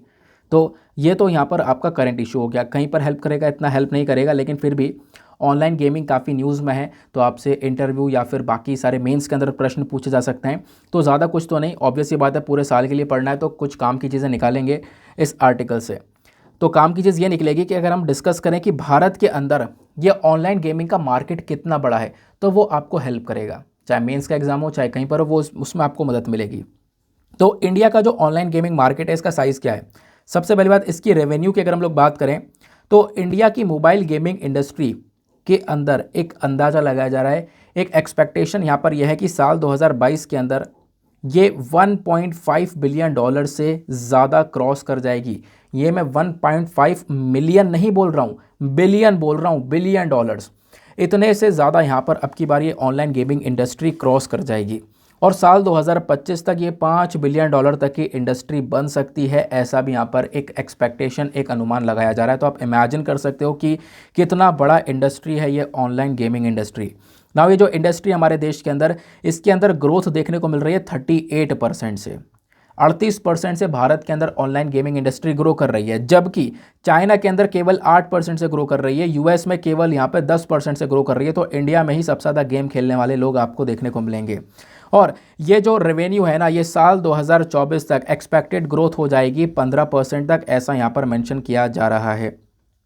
जब आप लोग यूज़र की ग्रोथ देखते हो तो इंडिया का जो परसेंटेज है न्यू पेइंग यूज़र्स का, यानी कि बहुत सारे ऐसे लोग होते हैं जो कि पेमेंट कर कर गेम खेलते हैं, है ना। बहुत सारे गेम होते हैं जहाँ पर परचेज़ करना पड़ता है उनको, और ऑनलाइन गेमिंग के अंदर उनको परचेज़ करने के बाद में, सब्सक्रिप्शंस लेने के बाद में आप पे कर सकते हो, सॉरी उसको प्ले कर सकते हो। तो इंडिया के अंदर अगर हम लोग बात करें, जो न्यू पेइंग यूज़र्स हैं, जो कि नए लोग हैं जो कि यहाँ पर पे कर कर गेम को खेल रहे हैं, वो सबसे तेज़ी से ग्रो हो रहे हैं भारत के अंदर। मतलब पूरे दुनिया में कंपेयर करोगे तो भारत के अंदर सबसे ज़्यादा ऐसे लोग देखने को मिलेंगे। और इनफैक्ट आप देखोगे तो साल 2020 में 40% ऐसे लोग थे और 2021 में 50% नए लोग हैं जो कि यहाँ पर पे कर कर पेमेंट वाला गेम खेल रहे हैं, ऐसा यहाँ पर बोला गया। फिर उसके बाद में एक रिपोर्ट आती है किसके थ्रू, EYFICCI के थ्रू, यानी कि federation of Indian chambers of commerce and industry. इस पर्टिकुलर फेडरेशन के अकॉर्डिंग अगर हम लोग बात करें तो उन्होंने एक रिपोर्ट दी है। उस रिपोर्ट के अंदर बताया गया जो ट्रांजैक्शन बेस्ड गेम्स हैं, जहाँ पे ट्रांजैक्शन वगैरह होता है ना, इससे यहाँ पर आप देखोगे तो इंडिया के अंदर 26% की एक बहुत बड़ी ग्रोथ देखने को मिली है। बहुत सारे जो गेमर्स हैं ना, वो गेमर्स इंडिया में लगातार इंक्रीज़ हो चुके हैं। आप देखोगे तो एक समय पर 80 मिलियन गेमर्स हुआ करते थे 2020 में, और अब यहाँ पर ये 95 मिलियन के आसपास हो चुके हैं, ऐसा बोला गया। तो नंबर ऑफ़ जो गेमर्स हैं, जो गेम खेलने वाले लोग हैं, वो भी लगातार इंक्रीज़ हो रहे हैं इंडिया के अंदर में, और ग्रोथ बहुत ज़्यादा हाई है। इवन पूरे दुनिया में इतनी ज़्यादा ग्रोथ रेट नहीं है जितनी ग्रोथ रेट भारत में है ऑनलाइन गेमिंग की, ठीक है ना। और उसको ऑब्वियस ही बात है, जब इस चीज़ को लेकर इतनी ग्रोथ है तो फ्रॉड भी देखने को मिलेंगे। तो उस फ्रॉड को लेकर यहाँ पर एनफोर्समेंट डायरेक्टरेट एक इन्वेस्टिगेशन कर रहा है। सिंपल हो गया, मज़ा आ गया। चलो फिर अगले आर्टिकल पर आते हैं, नेक्स्ट आर्टिकल। फिर उसके बाद हम अपने एडिटोरियल डिस्कशन पर आएंगे। देखो इस वाले आर्टिकल में क्या चीज़ें हैं, यहाँ पे बात की जा रही है ओल्ड पेंशन स्कीम के बारे में। Bring back old pension scheme, government employees write to cabinet secretary. मतलब क्या है कि आपको पता होगा एक कंट्रोवर्सी चल रही है बहुत लंबे समय से, ये मैं आपके साथ में पहले डिस्कस कर चुका हूँ, लेकिन बहुत सारे लोग नए जुड़ते हैं तो उनको भी यहाँ पर बताना उतना ही इम्पॉर्टेंट बन जाता है। तो पहली चीज़ क्या है, ओल्ड पेंशन स्कीम। यानी कि देखो आपको पता होगा कि अभी जो सरकारी एम्प्लॉयज़ है, सरकारी कर्मचारी हैं, वो काम करते हैं, उसके बदले में उनको पेंशन मिलता है। मतलब काम करते हैं, रिटायरमेंट होता है, रिटायरमेंट करने के बाद में पेंशन मिलता है। लेकिन एक समय ऐसा था कि जहाँ पर ज़िंदगी भर पेंशन दी जाती थी, और अगर मान लो वहाँ पर वो हस्बैंड वाइफ हैं, हस्बैंड की मृत्यु हो जाती है किसी कारणवश, तो वो पेंशन वाइफ को मिला करती थी। ऐसा चलता था ना पहले। लेकिन अब इस मामले को साल 2004 में ख़त्म कर दिया गया। पुराना वाला ये पेंशन सिस्टम था जो मैंने अभी आपको बताया, वो ख़त्म हो गया। अब वो ख़त्म हो गया तो अब नया पेंशन सिस्टम 2004 में लेकर आया गया था, जिसको हम लोग बोलते हैं एनपीएस, यानी कि नेशनल पेंशन सिस्टम। तो ये एनपीएस सिस्टम है ना, ये एनपीएस सिस्टम बहुत ही अलग है। इस एनपीएस सिस्टम के अंदर पुराने वाले सिस्टम की सारी चीज़ें खत्म कर दी गई। आपको लाइफ टाइम पेंशन नहीं दी जाएगी। आपका रिटायरमेंट हो गया, इकट्ठा कुछ अमाउंट दे दिया जाएगा, लेकिन ज़िंदगी भर पेंशन नहीं दी जाएगी। ये चीज़ यहाँ पर बताई गई। इससे यहाँ पर क्या होगा कि सरकार के ऊपर जो पेंशन का बर्डन पड़ रहा था, वो बर्डन खत्म हो जाएगा, ठीक है ना। तो वही चीज़ यहाँ पर आर्टिकल में बताई गई है, लेकिन अभी हम इसको डिटेल से डिस्कस करेंगे, डोंट वरी। बात यहाँ पर की जा रही है कि सर बहुत सारे लोग हैं जिनका नाम यहाँ पर दिया गया है, उन सब ने यहाँ पर कैबिनेट सेक्रेटरी को लिखा कि सर ये बताओ कि पहले जो हमारी पेंशन मिला करती थी ना, उस पेंशन में हमें 50% पेंशन मिला करती थी, लेकिन आज के समय पर जो पेंशन मिल रही है वो केवल 15% के आसपास मिल रही है। सपोज़ यहाँ पर एक व्यक्ति हैं जिनको सैलरी मिल रही थी 30,500 रुपये, सरकारी नौकरी कर रहे थे, ये सैलरी मिल रही थी।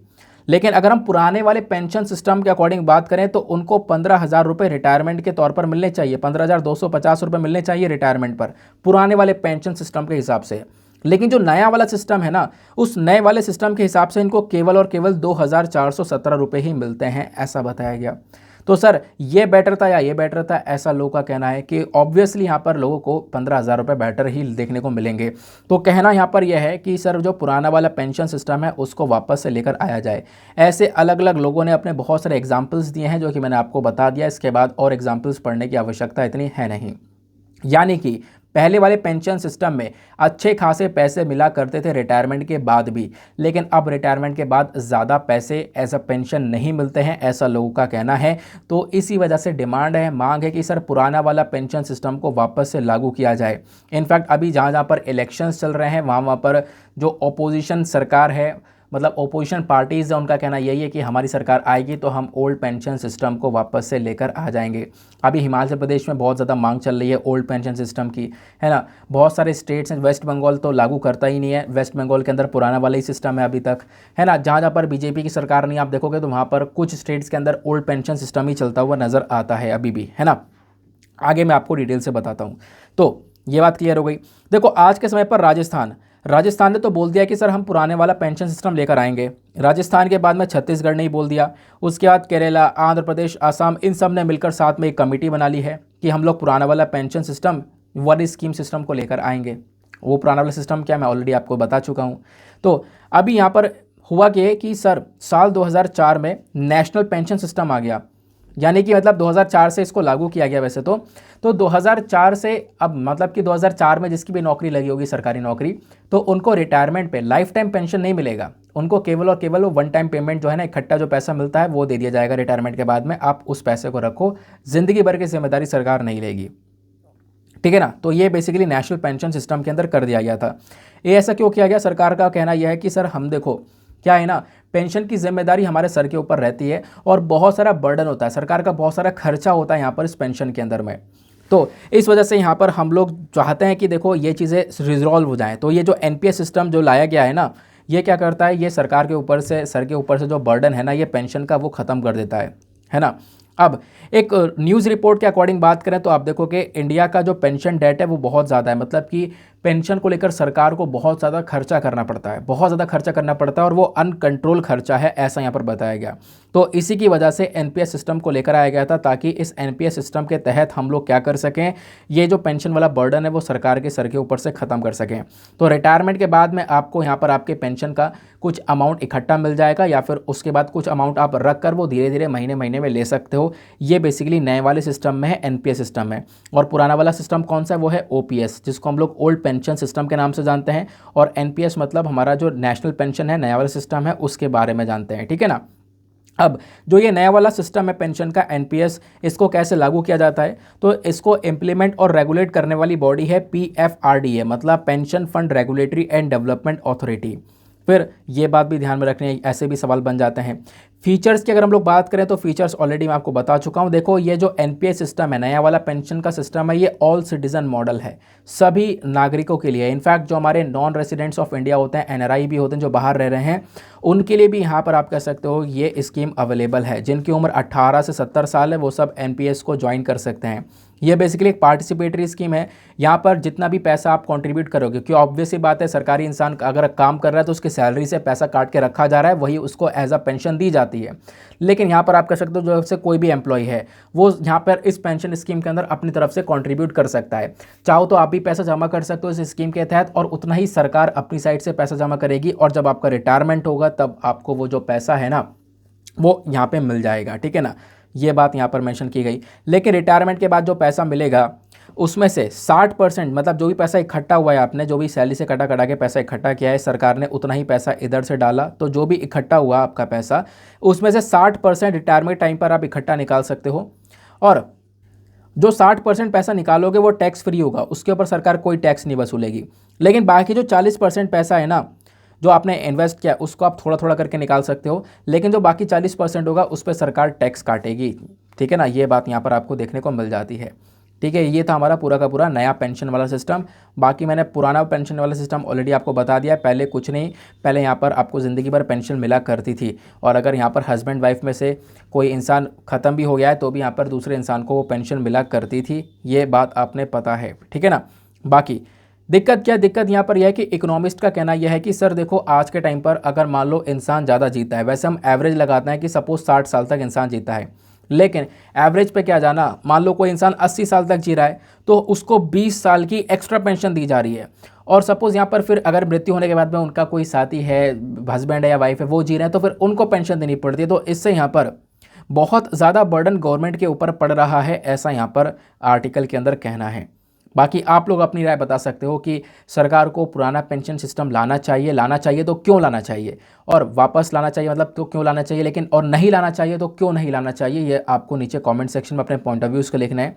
जो भी बहुत अच्छा पॉइंट ऑफ व्यूज़ देगा तो उसका जो आंसर है ऑब्वियसली मैं यहाँ पर पिन कर दूंगा। चलो फिर आते हैं उसके बाद नेक्स्ट आर्टिकल पर। नवाएंगे एडिटोरियल डिस्कशन पर। तो आज दो इंपॉर्टेंट एडिटोरियल्स जिसको डिस्कस करेंगे। एक तो चाइल्ड मैरिज से संबंधित है जो कि यहाँ पर मैंने जिसके बेसिस पर थंबनेल लगा रखा है। फिर एक एडिटोरियल आपको यूनिफॉर्म सिविल कोड का देखने को मिलेगा। दोनों ही काफ़ी अच्छे आर्टिकल है, काफ़ी लंबा चौड़ा है, लेकिन मैंने काम की चीज़ें निकाल दी हैं आप लोगों के लिए, ठीक है ना। काम की चीज़ें आपको डायरेक्टली यहाँ पर मिल जाएंगी। अब लेकिन आपको बताऊंगा एडिटोरियल डिस्कशन से पहले हम लोग लेते हैं हमेशा एक मेंस का सवाल। तो मेंस का क्वेश्चन क्या है, तो ये बेसिकली मेंस का सवाल जो आज आपको अटेम्प्ट करना है ये बहुत इंपॉर्टेंट है। इंपॉर्टेंट इसलिए क्योंकि ये सवाल साल 2015 में पूछा गया था। तो आज का जो प्रश्न का उत्तर आप लिख रहे होंगे, इसका मतलब आप लोग यूपीएससी का प्रीवियस ईयर का क्वेश्चन अटेम्प्ट कर रहे होंगे। मेंस का सवाल 2015 का सवाल है। सवाल क्या है, the quality of higher education in India requires major improvement. जो हमारे हायर एजुकेशन की क्वालिटी है भारत के अंदर में, उसमें एक इम्प्रूवमेंट की आवश्यकता है ताकि हम इसको इंटरनेशनल लेवल पर एक कॉम्पिटिटिव बना सकें, दूसरे देशों के साथ में टक्कर कर सकें। आप लोग क्या सोचते हो इसको लेकर कि जो फॉरेन एजुकेशन इंस्टीट्यूशंस हैं, यानी कि जो बाहर की जो एजुकेशन इंस्टीट्यूशंस है, अगर हम इनकी एंट्री करवा दें तो क्या इससे हमारी जो टेक्निकल और हायर एजुकेशन है देश के अंदर वो इम्प्रूव हो पाएगा? आप इससे क्या समझते हो ये आपको बताना है। तो बताना पहली बात, हायर एजुकेशन की क्वालिटी इंडिया के अंदर इस क्या है, इसके अंदर क्या क्या मेजर इंप्रूवमेंट्स की आवश्यकता है, पहले तो ये बताना है। फिर उसके बाद में अगर हम इसको इंटरनेशनल लेवल पर लेकर भी जाते हैं तो क्या ये हमारी टेक्निकल और हायर एजुकेशन को हमारे देश में इम्प्रूव कर पाएगा, ये चीज़ें आपको डिस्कस करनी है। और मतलब 250 शब्दों में इसका आंसर लिखना है। और लिखने के बाद में कहाँ पर सबमिट करना है, टेलीग्राम पर जाना, सर्च बॉक्स में टाइप करना Deepak Yadav education mains answer writing. जैसे आप लोग फुल फॉर्म लिखोगे आपको वो जो पूरा चैनल है वो मिल जाएगा। लगभग 36,000 से ज़्यादा लोग जुड़े हुए हैं, तो आप लोग भी जाकर जुड़कर अपने मेंस का आंसर लिख सकते हो। और आंसर लिखने के बाद में कहाँ पे सबमिट करना है मैंने आपको बता दिया है, इस चैनल पर जाकर सबमिट करना है। सबमिट करने के साथ साथ एक छोटा सा काम और करना, काम यह है कि सभी लोगों को कम से कम 2-2 आंसर्स को रिव्यू करना है। आप सभी लोग 2-2 आंसर्स को रिव्यू करने का ज़रूर से कष्ट करना। जब आप 2 आंसर्स को रिव्यू करोगे तो आपको बहुत फ़ायदा होगा, आपको कुछ इंपॉर्टेंट पॉइंट्स मिलेंगे जो कि आप अपने नोट्स में ऐड कर पाओगे। साथ ही साथ में सामने वाले को भी आप बता पाओगे, अगर कोई इनकी मिस्टेक वगैरह है तो वो चीज़ें आप उनको बता पाओगे, ठीक है ना। तो इस प्रकार से यहाँ पर पूरा कोऑपरेटिव वे में वो पूरा का पूरा ग्रुप चल रहा है। चलो आर्टिकल पर आते हैं।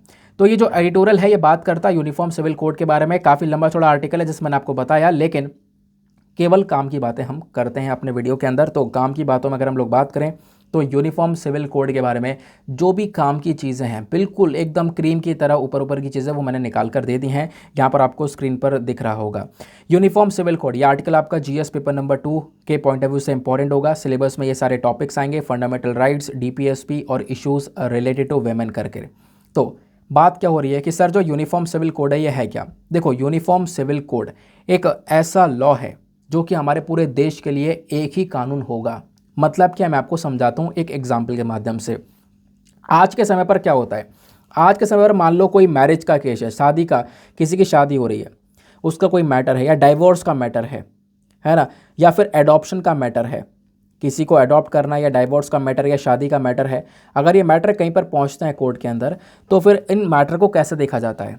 जैसे अगर शादी का मैटर है तो यहाँ पर Hindu marriage law, Muslim marriage law, इन सभी रिलीजन्स के, है ना, सब रिलीजन्स के अलग अलग लॉज हैं। सभी रिलीजन के अलग अलग खुद के अपने पर्सनल लॉज है, पर्सनल कानून है, उसके हिसाब से हम पूरे मैटर को देखते हैं।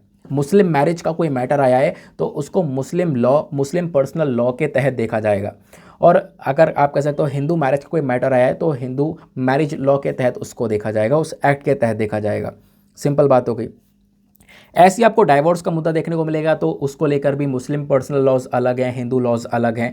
ऐसे बाकी सारे और जो अदर रिलीजन्स हैं ना, उन सब के भी अलग अलग लॉज हैं। तो इन सारे मैटर्स को अलग अलग उनके खुद के पर्सनल कानून के हिसाब से देखा जाता है, इसमें बहुत ज़्यादा टाइम लग जाता है और अलग अलग यहाँ पर डिस्प्यूट्स क्रिएट हो जाते हैं। तो बोला यह जाता है कि सर इतने सारे अलग अलग पर्सनल कानून की बजाय क्यों ना पूरे देश के अंदर सभी रिलीजन के लिए एक ही कानून लागू कर दिया जाए, और वही कानून, एक ही कानून जो होगा, एक ही लॉ होगा पूरे देश के लिए, वही कहलाएगा यूनिफॉर्म सिविल कोड। क्लियर हो गया। तो यूनिफॉर्म सिविल कोड क्या करता है, ये हमारे पूरे देश को एक लॉ देने के बारे में चर्चा करता है, एक कानून देने के बारे में चर्चा करता है, और सभी लोगों के लिए, चाहे वो किसी भी रिलीजन का मैरिज, डाइवोर्स, इनहेरिटेंस, एडॉप्शन, कोई सा ही मैटर होगा, सबको केवल और केवल एक ही कानून के माध्यम से ट्रीट किया जाएगा। उसी लॉ के हिसाब से सबके केसेस यहाँ पर सॉल्व किए जाएंगे। तो क्या यूनिफॉर्म सिविल कोड के बारे में कहीं पर चर्चा है हमारे संविधान में? हाँ जी, चर्चा है। कहाँ पर चर्चा है? आर्टिकल 44 में। आर्टिकल 44 हमारा डीपीएसपी है, that is directive principles of state policy, जहाँ पर वो बात करता है कि बिल्कुल हमारे सिटीजन्स के लिए यूनिफॉर्म सिविल कोड होना चाहिए। लेकिन डीपीएसपी को यहाँ पर इतनी पावर नहीं मिल पाती है, क्योंकि डीपीएसपी नॉन जस्टिसिएबल है। जैसे आपके फंडामेंटल राइट्स जस्टिसिएबल है ना, आपके फंडामेंटल राइट को पूरा करने के लिए आप कोर्ट जा सकते हो, लेकिन डीपीएसपी के लिए कोर्ट नहीं जा सकते। तो डीपीएसपी बेसिकली नॉन जस्टिसिएबल है, नॉट एन्फोर्सेबल बाय कोर्ट है, ये खुद यहाँ पर मेंशन किया गया है, ठीक है ना, आर्टिकल 37 के अंदर में। तो इस वजह से यहाँ पर आप कह सकते हो कि इसके ऊपर अभी तक काम प्रॉपरली नहीं होता है। लेकिन फंडामेंटल राइट्स के अंदर तो अगर नहीं माना ना, तो आप कोर्ट भी जा सकते हो, ये आपको पता होगा। वो जस्टिसिएबल हैं, लेकिन डीपीएसपी नॉन जस्टिसिएबल होते हैं। तो इस चक्कर में यहाँ पर डीपीएसपी के अंदर आर्टिकल 44 के अंदर यूनिफॉर्म सिविल कोड के बारे में जिक्र तो किया गया है, लेकिन अभी तक इसको लागू नहीं किया गया। नाउ यूनिफॉर्म सिविल कोड का जो स्टेटस है भारत के अंदर, वो कैसा है मैं आपको समझाता हूँ। क्या भारत के अंदर कोई कानून नहीं है जो कि ऐसा हो, सभी रिलीजन को एक ही तरह से देखे? हैं, कुछ कानून देखने को मिलते हैं। जैसे आप देखोगे कोई सिविल मैटर्स हो गए, तो उन सिविल मैटर्स के अंदर सपोज यहाँ पर इंडियन कॉन्ट्रैक्ट एक्ट 1872 हो गया, सिविल प्रोसीजर कोड हो गया, ट्रांसफर ऑफ प्रॉपर्टी एक्ट 1882 हो गया, पार्टनरशिप एक्ट 1932 हो गया, एविडेंस एक्ट 1872 हो गया। ये सारे आपको अलग अलग एक्ट्स, अलग अलग लॉज देखने को मिलेंगे। ये कहीं ना कहीं हमारे यूनिफॉर्म सिविल कोड की तरह ही काम करते हैं। सारे रिलीजन को एक ही इन एक्ट के माध्यम से देखा जाता है। लेकिन धीरे धीरे इसके अंदर भी इतने सारे बदलाव हो गए, इतने सारे चेंजेस हो गए कि ये भी इनके अंदर भी जो प्रॉब्लम्स है ना, वो अब आने लगी हैं। तो अब यहाँ पर ये लोग भी प्रॉपरली काम कर नहीं पाते हैं। यूनिफॉर्म सिविल कोड वाली बात यहाँ पर रह नहीं गई है। एक तरह से यहाँ पर आप कह सकते हो एक ही कानून की तरह ये वर्क करते नहीं है, ऐसा यहाँ पर मेंशन किया जाता है। तो इस वजह से इंडिया को ज़रूरत है कि यूनिफॉर्म सिविल कोड भारत में इम्प्लीमेंट होना चाहिए। अगर हम इसका बैकग्राउंड देखें, इसका इतिहास क्या रहा है, कब से इसके बारे में चर्चा हो रही है, तो इसको समझते हैं। देखो, यूनिफॉर्म सिविल कोड का जो कॉन्सेप्ट है ये अंग्रेज़ों के टाइम का है। जो कॉलोनियल इंडिया था उस समय पर, जो अंग्रेजी सरकार थी, ब्रिटिश गवर्नमेंट थी, इन्होंने एक रिपोर्ट सबमिट करी थी 1835 में, और उस रिपोर्ट के अंदर इन्होंने जोर दिया था कि हाँ, एक यूनिफॉर्मिटी होनी चाहिए सभी इंडियन लॉज के अंदर में, चाहे वो क्राइम, एविडेंस, कॉन्ट्रैक्ट, जो भी लॉज हैं, इन सब को लेकर एक यूनिफॉर्मिटी होनी चाहिए। यूनिफॉर्म यानी एक तरीके से एक ही कानून होना चाहिए सभी लोगों के लिए।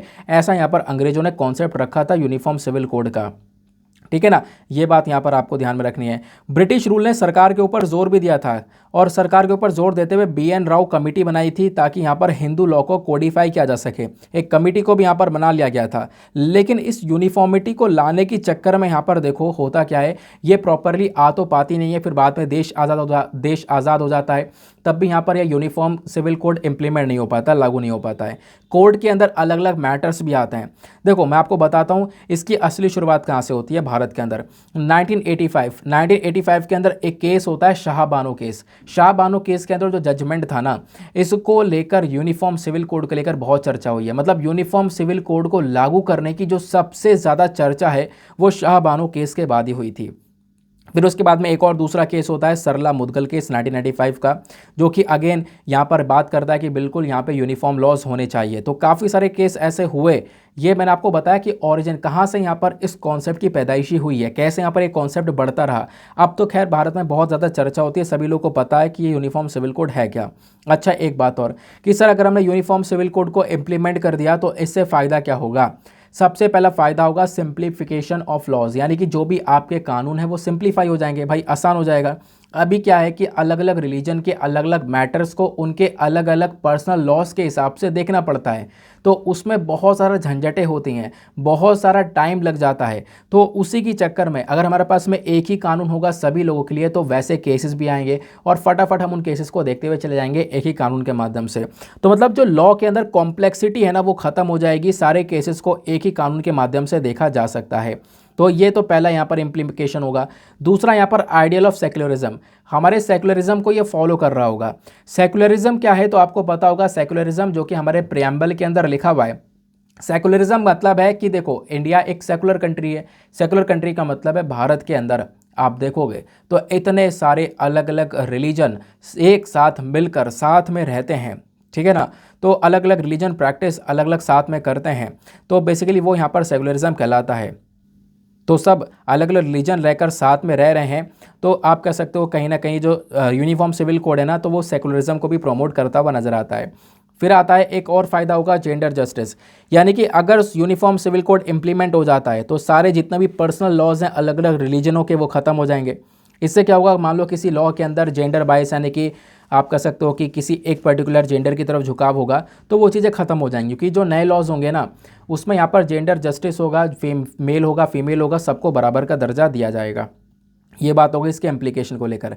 बाकी बताया गया यूनिफॉर्म सिविल कोड को इम्प्लीमेंट करने में एक चैलेंज भी है। दिक्कत क्या है, चैलेंज आ जाता है हमारा आर्टिकल 25, हमारे संविधान का जो आर्टिकल 25 है वो क्या बोलता है कि आपके पास में फंडामेंटल राइट है, आपका ये अधिकार है कि आप अपने रिलीजन को बिल्कुल फ्री हो प्रैक्टिस कर सकते हो, उसका प्रसार कर सकते हो, प्रोपोगेट कर सकते हो, ये सब कुछ कर सकते हो। यानी एक तरफ आपको अपना रिलीजन पूरी तरह से फॉलो करने में, उसको प्रोपोगेट करने में, प्रैक्टिस करने में ये पावर देता है, यानी कि फंडामेंटल राइट है आपके पास में ये। दूसरी तरफ यूनिफॉर्म सिविल कोड यहाँ पे क्या कर रहा है, आपके पर्सनल लॉस को ख़त्म कर रहा है। तो यहाँ पे कहीं ना कहीं क्या हो रहा है, आर्टिकल 25 और इस यूनिफॉर्म सिविल कोड के बीच में एक कॉन्फ्लिक्ट सा नज़र आ जाता है, एक विवाद सा नज़र आ जाता है। तो ये कहीं ना कहीं एक चैलेंज है जिसको आराम से टैकल किया जा सकता है। बाकी यहाँ पर यूनिफॉर्म सिविल कोड को लेकर जो भी इंपॉर्टेंट चीज़ें थी वो सब मैंने आपके साथ में डिस्कस कर ली हैं, जो भी केसेस थे ये मैंने ऑलरेडी आपको बता दिए। इंपॉर्टेंट बातें जो भी थी वो सब आपके साथ में डिस्कस कर ली गई हैं। गोवा के अंदर ऑलरेडी आपको यूनिफॉर्म सिविल कोड देखने को मिलेगा, एक लौता राज्य है जहाँ पे गोवा, जहाँ पर यूनिफॉर्म सिविल कोड ऑलरेडी है। तो आप कहोगे यहाँ पे लागू कर दिया तो पूरे देश में क्यों नहीं लागू किया। गोवा के अंदर जो यूनिफॉर्म सिविल कोड है वो बहुत पुराना है, वो पोर्चुगीज़ ही दे गए थे 1867 में, ठीक है ना। 1867 में पोर्चुगीज़ ही दे गए थे, मतलब बहुत पुराना है वो, 1867 से ही चला हुआ आ रहा है। उसको हम लोगों ने जब पोर्चुगीज़ से गोवा को लिया तो हम लोगों ने उस यूनिफॉर्म सिविल कोड को ऐसे ही चलते रहने दिया, उसको हटाया नहीं। तो बहुत पुराना है वो, लेकिन इंडिया भर में इंप्लीमेंट नहीं हो पाया, तो इंडिया के अंदर इसको लागू करने के बारे में चर्चा की जा रही है। क्लियर हो गया, चलो जी आगे आते हैं अगले आर्टिकल पर। ना जो नेक्स्ट एडिटोरियल है ये भी काफ़ी ज़्यादा लंबा चौड़ा है, लेकिन इसमें से भी सारी की सारी जो इंपॉर्टेंट बातें हैं, क्योंकि यहाँ पे बहुत सारा डेटा दिया गया है यार, वो डेटा आपके लिए बहुत रेलिवेंट है, एसए के अंदर, एथिक्स के अंदर, कहीं पर भी हेल्प करेगा। अभी जो एडिटोरियल बात करता है, how is India planning to end child marriage, Bharat कैसे प्लान कर रहा है चाइल्ड मैरिज को ख़त्म करने के लिए, बाल विवाह को ख़त्म करने के लिए। तो सुदीप्ता दत्ता ने यहाँ पर इस आर्टिकल को लिखा है। डिस्कस करेंगे काफ़ी सारे इंपॉर्टेंट पॉइंट्स को, लेकिन मैंने जैसा आपसे प्रॉमिस किया है कि एडिटोरियल के रिगार्डिंग जो इंपॉर्टेंट पॉइंट्स होंगे वो मैं आपको निकाल कर लेकर आकर दिया करूँगा। तो इसके जो इंपॉर्टेंट पॉइंट्स हैं पहले उसी पर चलेंगे। तो स्क्रीन पर नीचे आपको सारे के सारे पॉइंट्स दिख जाएंगे, कैसे हम लोग चाइल्ड मैरिज को एंड कर सकते हैं। न्यूज़ में क्या है, न्यूज़ में देखो यहाँ पर यह है कि एक कमेटी आ जाती है, वो कमेटी यहाँ पर मतलब एक तरीके से ध्यान रखती है, मतलब उस कमेटी ने इंडिया को विजिट किया देखने के लिए कि इंडिया ने किस प्रकार से चाइल्ड मैरिज को एंड करने के ऊपर बात करी है। लेकिन ये विजिट इसलिए भी इंपॉर्टेंट है क्योंकि कोविड-19 यानी कि पेंडेमिक के समय पर, इस महामारी के टाइम पर हमने देखा कि चाइल्ड मैरिज जो है, बाल विवाह, वो बहुत तेज़ी से बढ़ते हुए नजर आए हैं। इन सब चीज़ों को एनालिसिस करने के लिए एक जो कमेटी है वो यहाँ पर इंडिया में विजिट करती है, इस वजह से यहाँ पर चाइल्ड मैरिज वाला आर्टिकल न्यूज़ में है। अब आज के आर्टिकल में क्या क्या चीज़ें हैं पढ़ने के लिए, चाइल्ड मैरिज इंडिया के अंदर क्या है, इसका स्टैटिस्टिक्स, ग्लोबल सिनेरियो और लीगल प्रोविजन ये बताए गए आर्टिकल में। दूसरा, सरकारी स्कीम्स कौन कौन सी हैं जो कि चाइल्ड मैरिज को एंड कर रही हैं, वो यहाँ पर डिस्कस करी गई हैं इस पर्टिकुलर एडिटोरियल में। तो पहली चीज़, इंडिया के अंदर चाइल्ड मैरिज का स्टेटस क्या है, इसको यहाँ पर राइटर समझाते हैं। इंडिया के अंदर बात करें तो चाइल्ड मैरिज पहले के कंपैरिजन में काफ़ी कम हो गई है। साल 2005 से 6 के बीच में बात करेंगे तो 47% के आसपास ये बाल विवाह हुआ करते थे, लेकिन साल 2015-16 में आप देखोगे ये बाल विवाह कम होकर 26% तक पहुंच गए हैं। तो मतलब चाइल्ड मैरिज के अंदर एक काफ़ी बड़ी गिरावट देखने को मिली। पिछले 5 सालों की बात करें तो जो चाइल्ड मैरिज है वो आप कह सकते हो कि काफ़ी तेज़ी से कम हुआ है, यानी कि ये तो मैंने आपको साल 2015-16 तक बताया, लेकिन उसके बाद 16, 17, 18 और भी ये जो आगे के साल हैं, तो पिछले 5 सालों की अगर हम लोग बात करें तो 3.5% से चाइल्ड मैरिज और डिक्लाइन हुआ। तो आज के समय पर चाइल्ड मैरिज इंडिया के अंदर 23% के आसपास देखने को मिलता है। हालांकि 23% अपने आप में ये भी डिस्टर्बिंग ही है, ये भी चिंताजनक है। क्यों चिंताजनक है? क्योंकि हमारे देश की जो पॉपुलेशन है वो बहुत ज़्यादा है, 141 करोड़ के आसपास की। अगर आप इसमें से आप 23% निकालोगे तो वो बहुत बड़ा नंबर हो गया। तो अभी भी चाइल्ड मैरिज को लेकर थोड़ा सा जो सिनेरियो वो थोड़ा डिस्टर्बिंग है, ऐसा यहाँ पर बोला गया। लेकिन आप देखोगे 8 राज्य ऐसे हैं जहाँ पर सबसे ज़्यादा चाइल्ड मैरिज देखने को मिलती है। वो 8 राज्य कौन कौन से हैं? वेस्ट बंगाल, बिहार, त्रिपुरा, इन्होंने यहाँ पर इस लिस्ट को पूरी तरह से टॉप कर लिया है। यानी कि यहाँ पर 40% महिलाएं जिनकी उम्र 20 से 24 है, वो ऐसी महिलाएं हैं जिनकी चाइल्ड मैरिज हुई थी, जिनका बाल विवाह हुआ था 18 साल से कम उम्र के अंदर अंदर। तो चाइल्ड मैरिज को लेकर ये जो राज्य हैं यहाँ पे सबसे ज़्यादा प्रॉब्लम्स देखने को मिलती हैं। लेकिन पिछले कुछ समय पर कुछ राज्य ऐसे निकले जिन्होंने अपने यहाँ पर इस बाल विवाह को लगातार रिड्यूस किया है, कम किया है। जैसे चाइल्ड मैरिज को कम करने वाला यहाँ पर स्टेट है मध्य प्रदेश। मध्य प्रदेश ने यहाँ पर चाइल्ड मैरिज को काफ़ी ज़्यादा कम किया। उसके बाद आ जाता है राजस्थान, देन उसके बाद आ जाता है हरियाणा।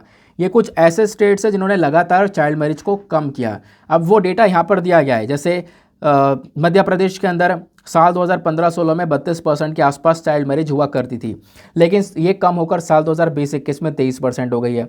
ऐसी हरियाणा है, ऐसी राजस्थान है। तो ये अलग अलग डेटा आपको यहाँ पर देखने को मिल रहा है। ये तो बात हो गई सर इंडिया के बारे में। अब बात करेंगे ग्लोबल सिनेरियो के बारे में कि दुनिया भर में क्या हालात देखने को मिल रहे हैं।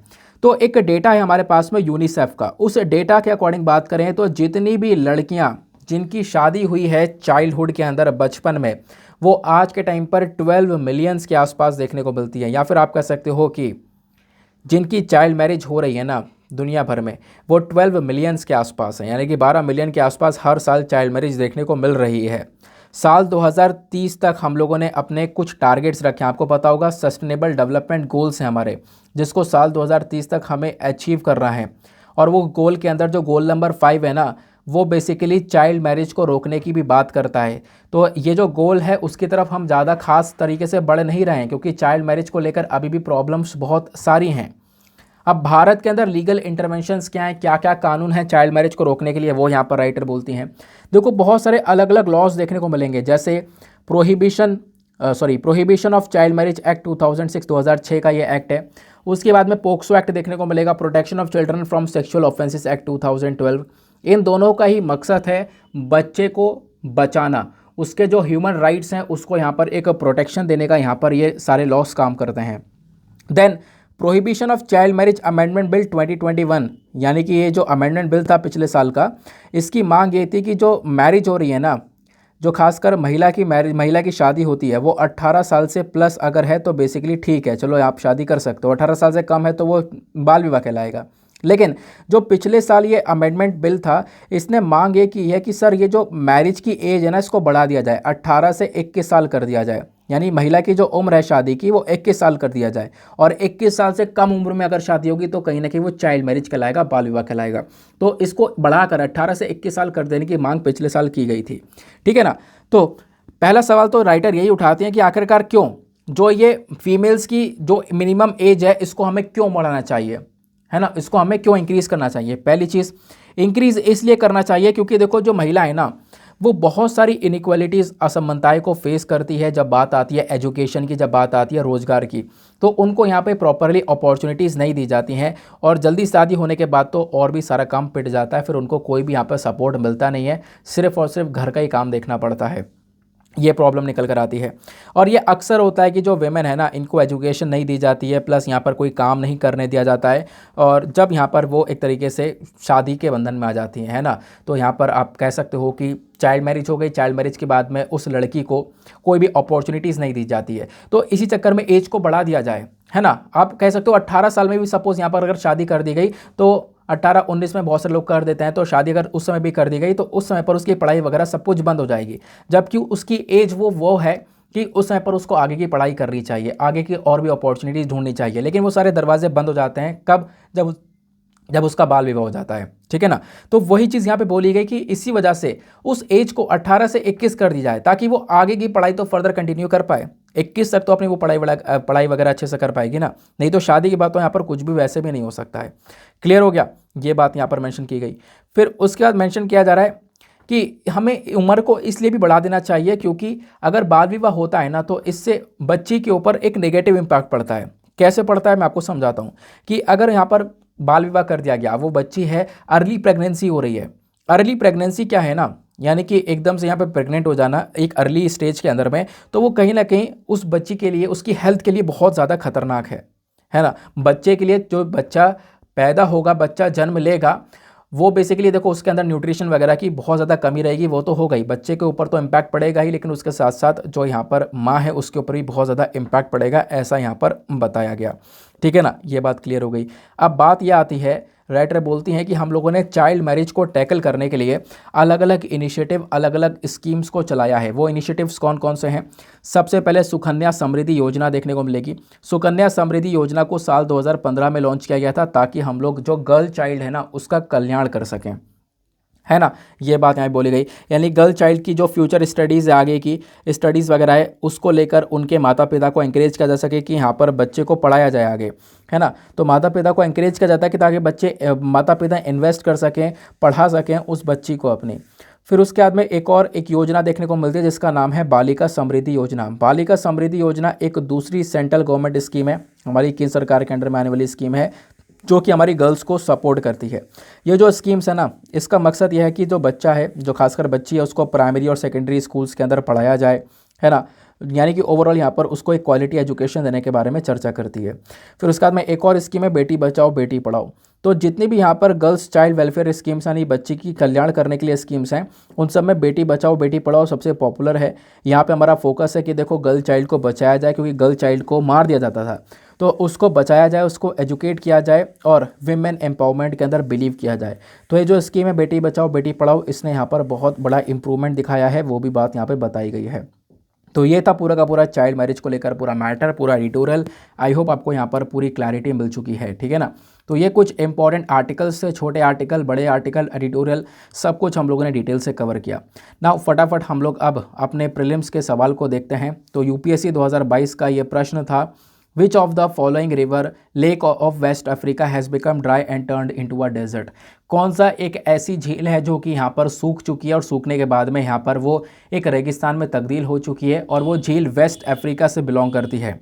तो इसका सही उत्तर है लेक फागुबेन, ठीक है ना। तो इसका करेक्ट आंसर है ऑप्शन नंबर बी, लेक फागुबेन, ठीक है ना। तो ये बात यहाँ पर आपने ध्यान में रखनी है। चलो फिर इसी के साथ में करते हैं लेक्चर को समाप्त और मिलते हैं आप लोगों से अगले वीडियो में। आज के लिए bye bye, have a nice day, thank you and जय हिंद।